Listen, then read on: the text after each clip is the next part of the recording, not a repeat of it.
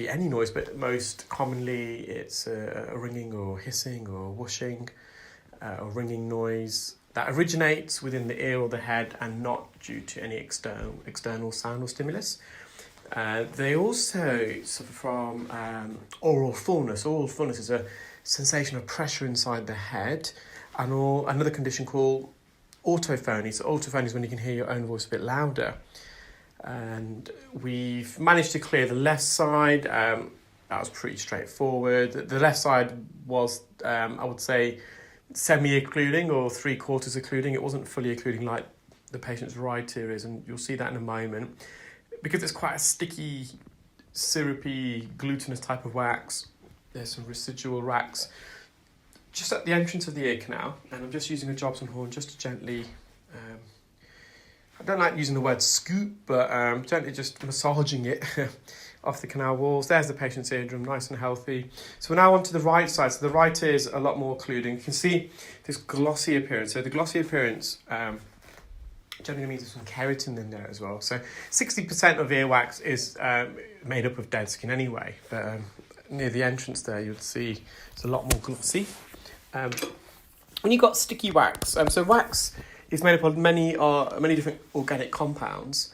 I'll just explain that. But as I'm explaining that, you can see that I'm just using a Jobson horn. I'm going to go back in with a suction probe to perform microsuction. I'm going to revert back to the Jobson horn a bit later. So earwax consists of 3 primary substances. Dead skin, as I mentioned, about 60% of earwax is made up of dead skin. The remaining 40 is a combination of sebum. So sebum is an oily, fatty secretion. It's the same oily, fatty secretion we find on our scalp. And sebum is made up of also, the subcomponents of that is cholesterols, fatty acids, chains of saturated fatty acids, should I say, to be more specific, squalene. So they're the kind of the general components of sebum. I think I mentioned cholesterol, but if not, I'm just going to put that out there again. And it's also made up of an oily sweat. It's the same sweat secreted under our armpits, and they're due to modified alcoporin glands.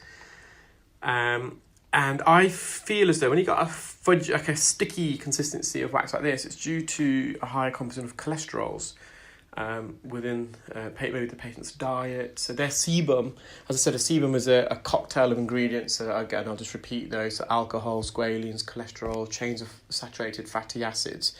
And it could be that sebum is a bit more consists of a bit more cholesterol, high composition, and you get the sticky wax. So I've just removed the outer lateral part. This is the more deeper part. So I'm giving it a good wriggle there.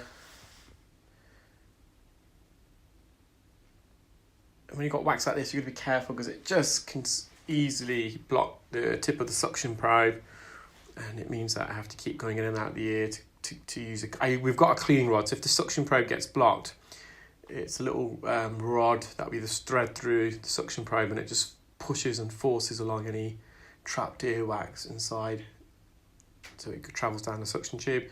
So I brought it near the entrance, but it wasn't going to come out anymore, so I reverted back to the Jobson horn. I'm just trying to get in and behind this and slowly massage this and manipulate it, extract it forwards. Got to be careful that we don't embed the Jobson horn too deep into the wax, so the tip of it makes contact with the base of the ear canal, because you can quite easily scratch and graze the ear canal. So as I removed that chunk, it detached itself from the main body because the entrance is a bit narrow. So I've just gone back in with the Jobson horn. You can see how slowly I'm doing it, because I'm trying to get as much out in one scoop as possible, and the slower you do it, you're making use of the surface area of the Jobson horn, and you can trying to keep the mass of the wax together as opposed to dissecting through it if you move quickly. And I think that's the main body. Let's have a look. Lovely, healthy textbook eardrum. It's an amazing view. The endoscope's hardly in the ear. It's just at the entrance, and we've got a fantastic view of the eardrum. So just using the Jobson horn again, the correct, just to remove some of that sticky wax off the canal wall, just like I did in the patient's left ear. Patient noticed an immediate alleviation of their symptoms that I described at the beginning of the video. See, just a bit of wax there, just that's on the cartilaginous portion. So just using the drop form just to gently peel it off almost, scoop it off. And again, I don't really like using the word scoop, but I can't think of any other word.